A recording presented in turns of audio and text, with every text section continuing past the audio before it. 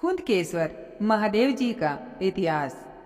सानीपनी आश्रम परिसर स्थित 84 महादेव में 40 नंबर पर आने वाले कुंदकेश्वर महादेव विराजमान हैं। उनकी एक कथा प्रसिद्ध है जो इस प्रकार है। एक बार की बात है, भगवान भोलेनाथ और माता पार्वती बड़े वेग से नंदी पर बैठकर भ्रमण के लिए निकले। महाकाल वन पहुंचकर माता पार्वती को बड़ी थकान महसूस होने लगी।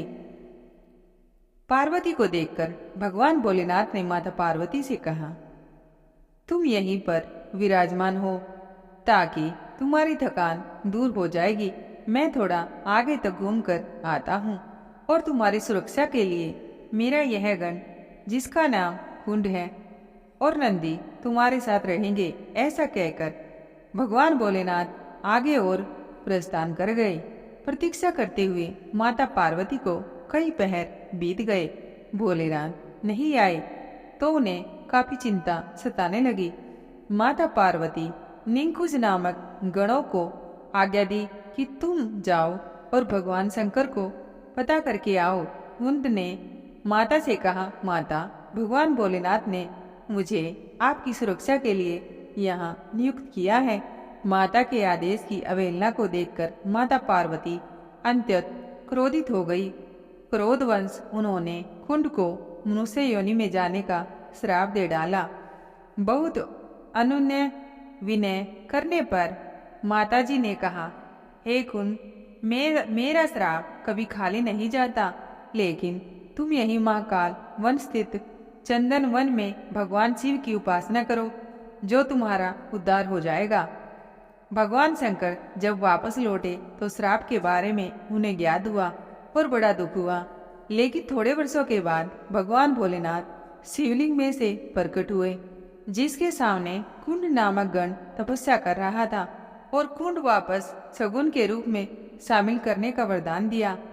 तो प्राचीन पद्धति कथा के अनुसार भगवान श्री कृष्ण से मिलने भगवान महादेव पधारे थे।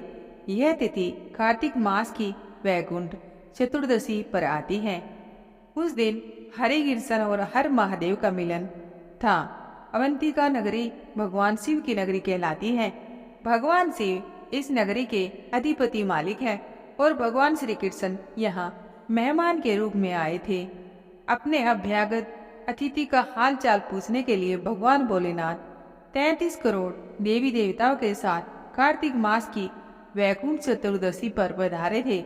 दोनों ने एक दूसरे का परस्पर अभिवादन किया। तत्पश्चात भगवान श्री कृष्ण और कुंदकेश्वर महादेव का अभिषेक पूजन किया गया। सभी देवगण और समस्त युवाओं की उपस्थिति में यह पूजन संपन्न हुआ। इस दिन भगवान शिव को तुलसी अर्पित की जाती है और भगवान श्री कृष्ण को बिल्वपत्र अर्पित किया जाता है। तभी से कुंदकेश्वर महादेव का स्थान हरिहर मिलन स्थल के नाम में प्रसिद्ध हुआ। आज भी वर्तमान में यहाँ एक शिवलिंग स्थापित है। यहाँ पर अति प्राचीन प्रतिमा खड़े हुए नंदी की है। यहाँ खड़ा हुआ नंदी आदर, सेवा और सत्कार का प्रतीक है। दोस्तों, आपको ये कहानी कैसी लगी हमें कमेंट के माध्यम से जरूर बताएं। धन्यवाद।